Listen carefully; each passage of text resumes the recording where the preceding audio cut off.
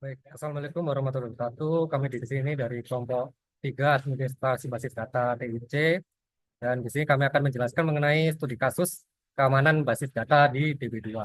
Nah, pertama-tama bisa kami perkenalkan diri. Pertama ada saya Alvin Bramadika. Saya Muhammad Rizkul Al-Madinah. Saya Girda Binanwarta. Oke, nah untuk database yang kami gunakan itu adalah database mengenai sebuah coffee shop gitu.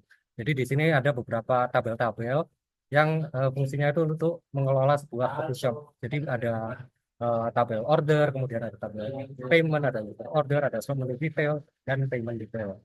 Nah, oke. Kemudian untuk masalah role, silakan. Jadi di sini ada privilege dan juga role, yang dimana privilege itu artinya adalah izin khusus untuk melakukan tindakan tertentu seperti mengakses, mengubah, atau menghapus data. Kemudian ada role, yaitu kumpulan dari beberapa privilege yang dapat diberikan ke pengguna secara bersamaan. Next. Oke. Di sini kami telah membuat kodenya. Yang pertama yaitu membuat role. Jadi dalam database copy, di sini kami membuat tiga peran. Pertama, menggunakan perintah create role untuk customer, shop owner, dan juga admin. Peran ini dirancang untuk membedakan hak akses dan kemampuan pengguna sesuai dengan tanggung jawab mereka. Customer memiliki akses terbatas untuk melihat data tertentu seperti informasi pesanan dan kedai kopi. Kemudian untuk shop owner, memiliki kontrol penuh atas data terkait kedai kopi yang mereka miliki, termasuk menu dan pesanan. Sedangkan admin, mereka memiliki hak akses penuh terhadap semua tabel dalam database untuk mengelola data secara menyeluruh. Nah, untuk selanjutnya ada query untuk membuat view untuk customer. Dalam database copy ini, kami membuat sebuah view bernama Customer User View untuk peran customer. View ini dirancang untuk menampilkan informasi tertentu dari tabel user, yang yaitu hanya kolom user ID, full name, dan email.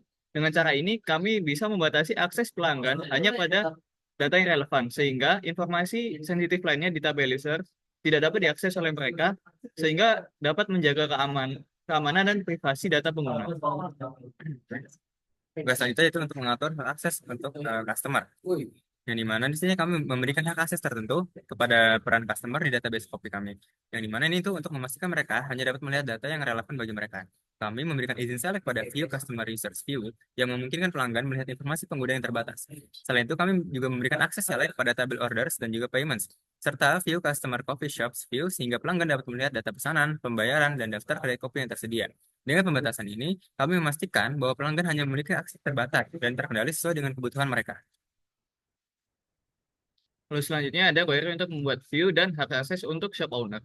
Kami ini membuat sebuah view bernama Shop Owner Users View untuk peran shop owner di database kopi ini, yang menampilkan kolom user ID, full name, dan email dari tabel users. Kami memberikan hak akses select pada view ini kepada pemilik kedai atau shop owner agar mereka dapat melihat informasi pengguna yang relevan.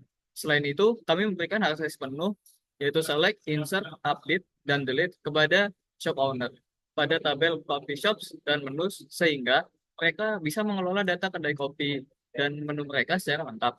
Kami juga memberikan akses select pada tabel orders kepada mereka, sehingga dapat memungkinkan pemilik kedai untuk melihat informasi pesanan yang berhubungan dengan kedai mereka. Dengan demikian, kami dapat memastikan bahwa shop owner memiliki kontrol penuh atas data yang terkait dengan operasional kedai mereka.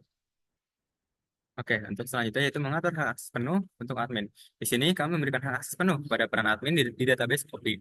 Yang dimana ini itu untuk mengelola semua aspek data. Dengan menggunakan perintah grant all privilege, kami memberikan kontrol penuh kepada admin atas tabel-tabel utama seperti users, coffee shops, menus, orders, dan juga payments. Ini memungkinkan admin melakukan semua operasi, termasuk melihat, menambah, memperbarui, dan menghapus data di tabel-tabel tersebut.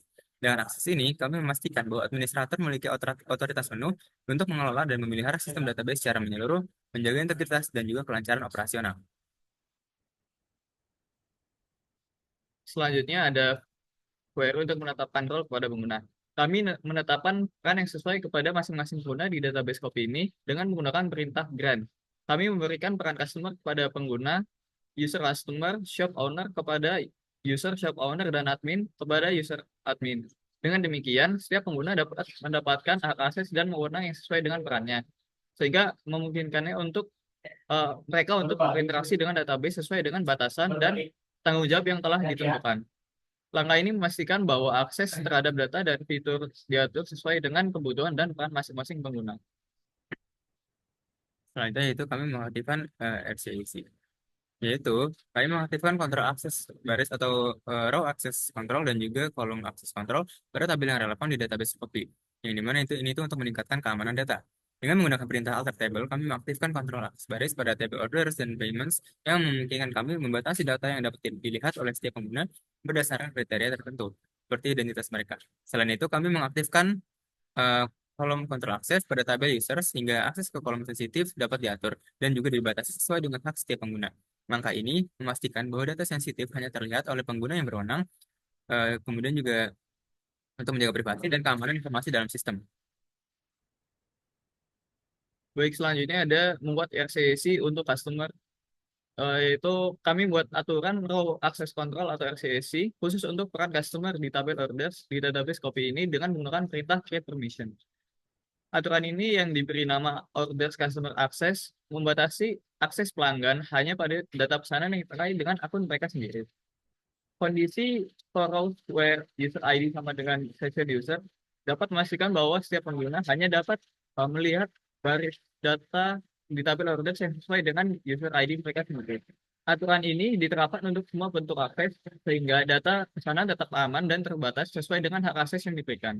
Dengan ini, kami dapat melindungi privasi informasi pelanggan. Setelah itu yaitu membuat RCIC untuk shop owner di tabel order.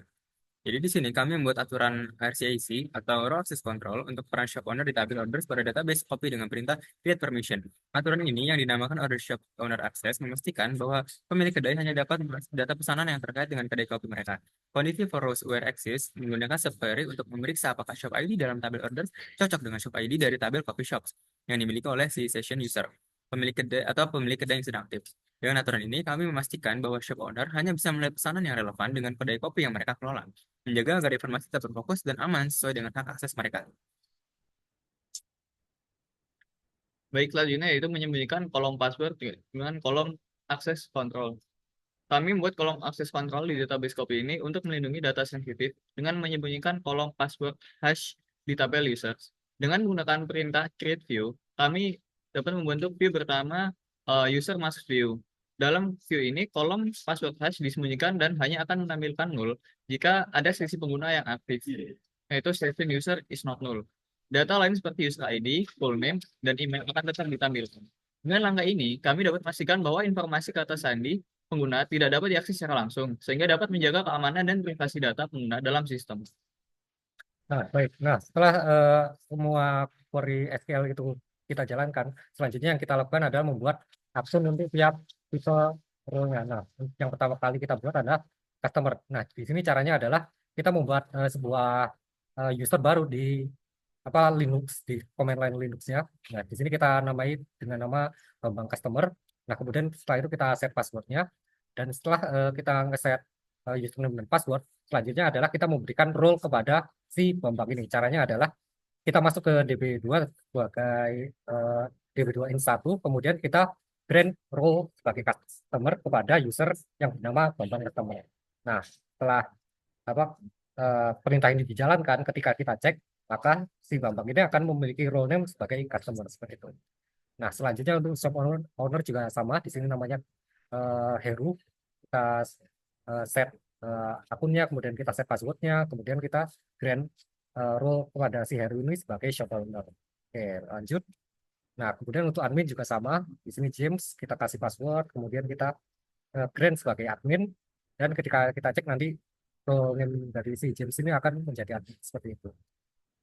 Nah, sekarang sebagai customer, nah caranya agar kita bisa connect sebagai customer itu adalah kita masuk ke DB2, kemudian kita login sebagai ke akun yang tadi, ya, ini ke akun Bambang Customer. Jadi kita masukkan DB2 connect to main DB menggunakan user Bambang Customer, kemudian nanti kita akan diminta untuk memasukkan password, dan setelah kita memasukkan password, kita bisa melakukan query-query yang memang diperbolehkan untuk role customer ini. Nah, di sini yang saya contohkan adalah customer itu bisa melihat apa coffee shop apa yang ada di sekitar mereka. Di sini ada shop name-nya, ada kopi lokal, kemudian ada kopi santai, ada kopi mantap, kopi nusantara, dan juga kopi land.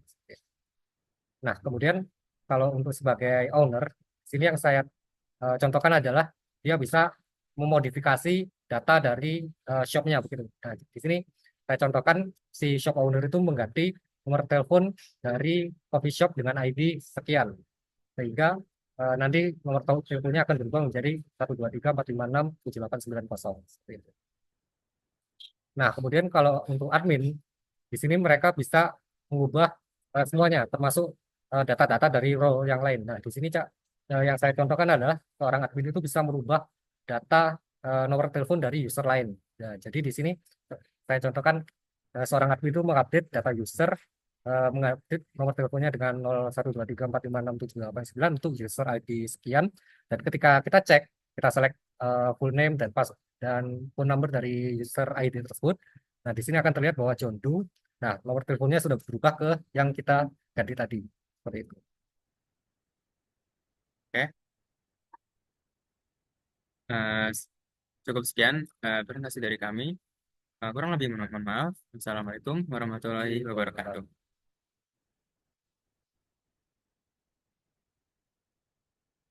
Gimana, Bang?